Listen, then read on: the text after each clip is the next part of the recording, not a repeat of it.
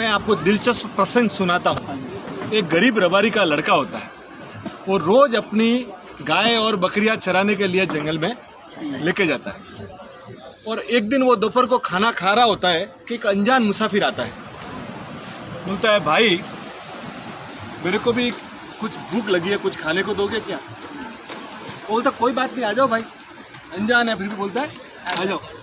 बोला मेरी माँ ने एक रोटला दिया है, आधा तुम खा लो, आधा मैं खा लेता हूँ। तो बोला ठीक है।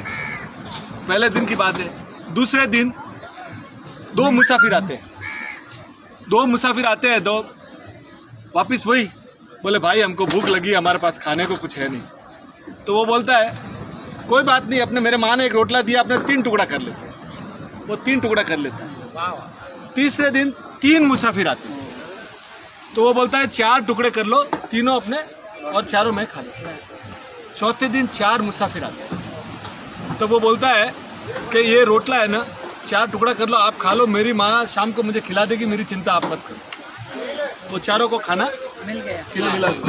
खाना खिलाते उसको उनसे प्रेम की बातें होने लग जाती। बोलता है कि भाई तमें कौन छो, आप कौन हो? रोज मुसाफिर आप लोग बढ़ते मेरे को बोलो, मेरी माँ मेरे को एक रोटला और दे देगी। अब बोले हम नहीं बता सकते हम कौन है। बोले नहीं बताओ तो सही। बोले हम लोग यमदूत हैं। हम लोग यमदूत हैं और नीचे किसी का प्राण लेने आते हैं, और तुमको बता देंगे तो तुम हमको कल से खाना नहीं खिलाओ। बोले ऐसी कोई बात नहीं है, तुम आओ, पर तुमसे हमारी अपनी प्रेम हो गया तो मुझे मेरी मौत कब है मुझे बताओ, मेरी मौत कब है मुझे बताओ। तो वो बोलती है कि भाई हमारे किताब में लिखा हुआ हम बता नहीं सकते। पर वो 4 में से एक को तरस आ जाता है। बोला यार तेरा खाना खाया है, तेरी मौत जिस दिन तू शादी करके आएगा और पहली रात जब अपनी पत्नी को मिलने जाएगा ना, उस समय तेरे सांप डसने से होगी, और जब तू सीढ़ी चढ़ रहा होगा तो वो सांप आएगा।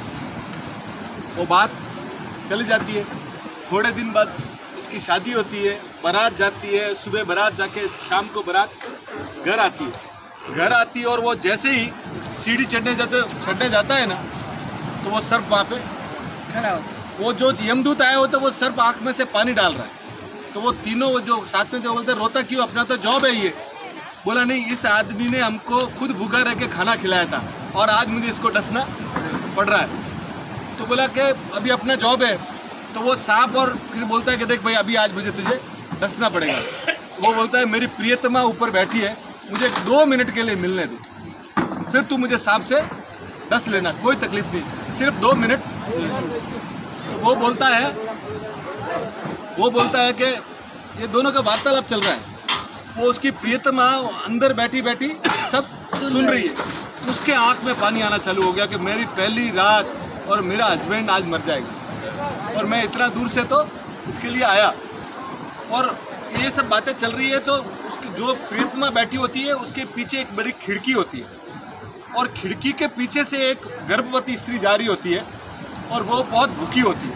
वो बोलती है कि हे कोई मुझे खाना खिला दो, मेरा पेट एकदम जल रहा है और अंदर मेरा बच्चा है और मुझे बहुत भूख लगी है।